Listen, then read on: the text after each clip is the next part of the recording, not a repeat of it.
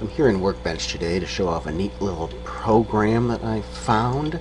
It actually writes ADFs via a GUI interface. Normally I always use the command line to write my ADF files. Now, in order to use this program, you're going to want the ADF files already on your computer.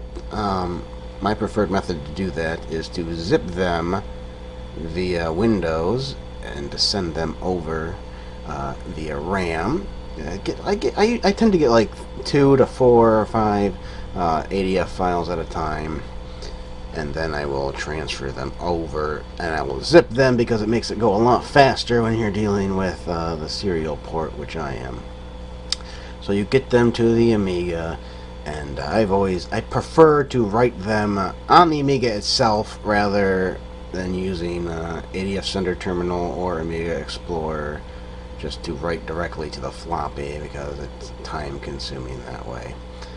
Just send them in a zip and then just do something else, and by the time you come back maybe they will be all there. You can unzip them and then you can use your ADF stuff. This is the program I'm talking about. It's called TSGui. It has a little guide file here, which I imagine is meant for 3.1 to start, but the rest of it's okay on my setup here. Runs on all Kickstart and Workbench versions from 1.2 to 4.0, and that's what drew me to it. Miss Mad Lemon pointed this one out. The fact that it works on Workbench 1.3 and it's a GUI. That piqued my interest because, normally, let's show you how I normally do all of this, shall we?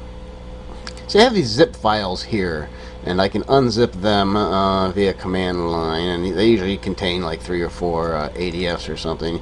You can see here I got a whole bunch of ADFs waiting to be written, which I have not gotten to yet. Normally, in order to write to the disk itself, I use this utility called transdisk. I copy it over to RAM, and you will see I have one ADF here for clue. So if we copy that over, transdisk, and we will have clue in the RAM. So what I normally do, I have a special video dedicated to transferring files from the PC to the Amiga and such, which I'll get into this more. But this is just to give you a clue. So I have the ADF, it's in the shell, and I have transdisk. So I will just say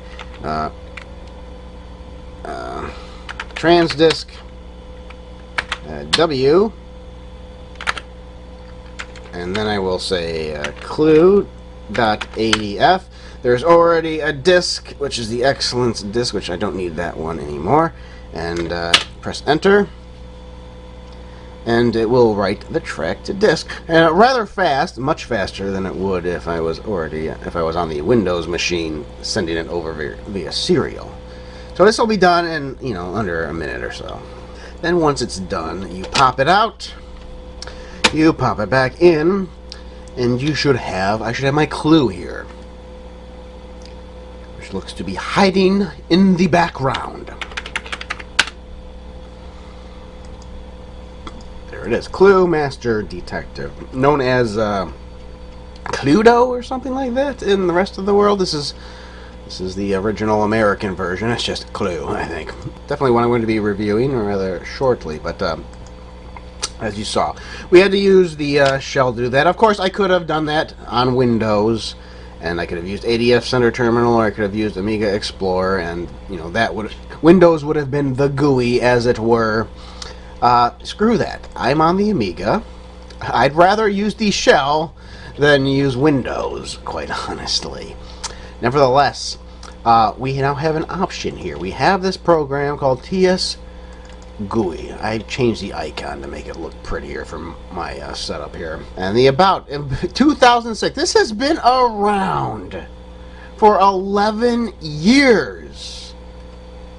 And I had no idea it existed. None. No clue. I am on AmigaNet a lot looking for junk. It's strange, the stuff that you find so many years later that is so useful to you. This has a lot of features As you can see, it has our Workbench, it has our games directory. We can make a hard disk image right here. I don't know if that's I don't know how useful that would be. I've never made an HDF image of my actual hard drives. I always just copy and paste using Amiga Explorer on the Windows side. I just copy all the folders and I put them in a folder. Now, if I did this, would it literally image the entire 2.10 gigabyte hard drive? Because that would be ridiculously stupid in my eyes. It would be ridiculously stupid. It would make no sense because there's nowhere I could put it. I will take it to my 3 gigabyte RAM drive. Yeah, like that's what you would need in order to make this achievable. Unless it just images what you have. As you can see, I could put another 8 hard drives in my Workbench directory because I'm not really using that much of it. So if it only does, you know, say 500 megabytes or whatever the hell is in there, that would be acceptable.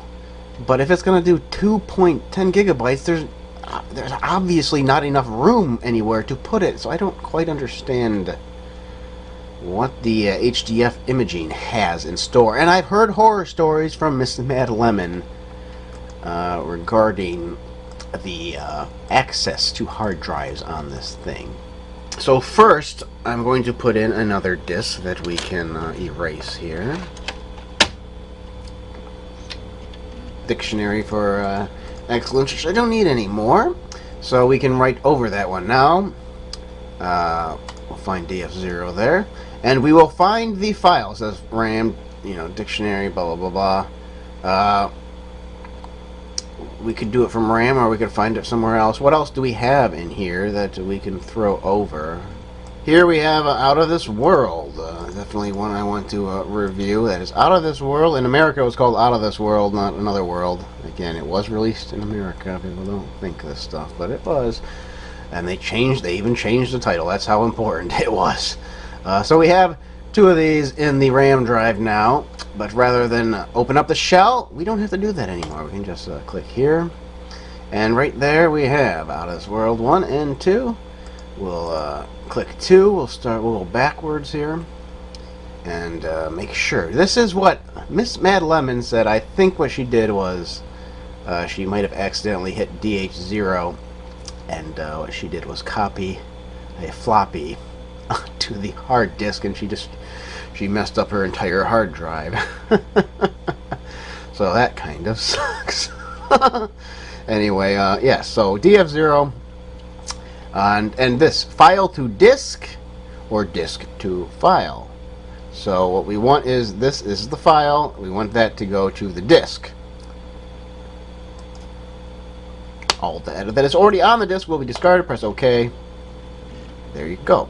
It is now writing to the disk. And it has a nice progress bar to go along with it. It seems to go just as fast, I think. Maybe tiny bit slower, because it might be a little more memory getting used here. But no, it's pretty much just as fast and a lot faster than it would be if you were, you know, already doing it by the serial cable only.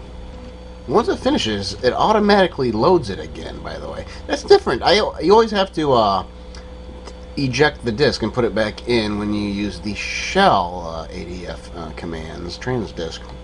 But it will automatically load it in this case. That's kind of nice. And it will also allow you to go easily, you know, write an ADF to DF1 if you wanted to. Again, that is a thing. That is it is much harder to do in the shell. Like, the command is very easy once you remember it, and you can write it down and such for DF0. But if I wanted to do transdisk with DF1, it's just a ridiculous long command that makes no sense. Here, it's as simple as clicking on DF1. So now we will go to Out of This World 1. And just to show off DF1, why don't we eject what's in there and throw this a little backwards. I'm putting disk 1 in drive 1, but there we go. DF1, Out of This World 1. We will do file to the disk, and there she goes. She is being copied. there it goes. Disk 1 locked and loaded there. Just for demonstration purposes, why don't we eject and replace them around, flip them around into the correct drive here, and reset the Amiga to show you that it indeed is working.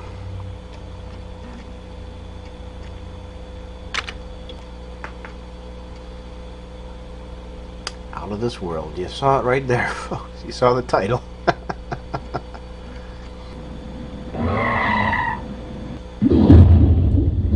I used to know this game fairly well. Let's see if I can still remember any of it. Die, you die, you die, you little worm things, you. I'll get you. You're okay, I think. And we come. Oh, crap! No! I thought the beast was already there. I was wrong. It's been a little while since I've seen it. Oh well. Now, writing ADFs to floppy is not the only use this program has for us. Now, I have a program here. This is Excellence, which I've already reviewed, but this is my original disk, and this disk, I have not found it online. This is version 1.12. I've never seen any of the version 1s online. I only see version 2 and 3. I have 3 installed onto the hard disk. I wouldn't, you know, there's no reason to have 1, although 2 maybe. 2 is kind of cool. Nevertheless, it's not online, so for preservation reasons, the fact that this is not online is a goddamn shame. So let us use our newfound wonderful GUI writer and write the ADF file from floppy to disk. So we will hit DF0, and what we'll do is we will name, it looks like it already did it, named it Excellence with an exclamation point. I guess that's fine. Let's say Excellence version 1.12. And that will, it will put that to RAM. And again, now we will say disk to file instead of file to disk, and hopefully this will write that to the RAM for us. And there it goes. Ooh, lightning fast going the other way, isn't it? And there it is. It should now be in RAM. We will make sure by going to disk master here. And there it is in RAM Excellence version 1.12. I will throw that over to the hard drive so I can later transfer it over to PC, and maybe somebody out there will give a crap about this and preserve it somehow. I don't know. Now, there are other features of this program which you might... Now, see there, this is XDMS. XDMS is a program to copy DMS files. Those are extra compressed files. Usually you find those with certain demos. So a certain demo was released back in the day, or maybe even today. They will come with the DMS file format, which compresses the floppy image even more than normal. Again, this is a command line utility that I would use on the rare occasions I would come across those, but this one has that built in, although I'm not going to be able to show it to you, I don't think. So it has a path to DMS executable. So I don't know, I imagine I could just, can I send it? I don't know if it's looking for the actual program DMS, or can I actually send it to XDMS? It should work. But the problem here is I imagine there's an OK button down there somewhere. I gotta boot it into PAL mode, I think. I can't actually reach the OK button to tell it this is what I want. But there's other things like gzip. So if you got a gzip file, I'd never come across a gzip file. I guess I should get that program just in case, though. But these are, commands, so it could run those programs via the GUI for you. And that's pretty much it, everybody. That is, it's got information, I guess, on my partitions. So if I go partition info, If you want to mount this HDF from this partition in WinUE, you have to specify, you know, this junk. I think I'm just going to stick with the copy and paste method and keep them in folders and such. I don't think I like this HDF stuff. It doesn't make sense to me. Why would I image 2 gigabytes? I don't know. Maybe that's not how it works. I don't know. Nevertheless, it's a simple little program, but it's been around for so long, and it does something that I've long thought, why isn't this here? Why don't we have this for version 1.3? It's because nobody seems to care about Workbench 1.3 anymore. When virtually all commercial software was written for it. But all the power users, they went on. I'm a power user, everybody, and guess what? Guess what I choose right here. This is Workbench 1.3, even if it looks a little bit like others. It's 3.4.5, 3. That is version 1.3.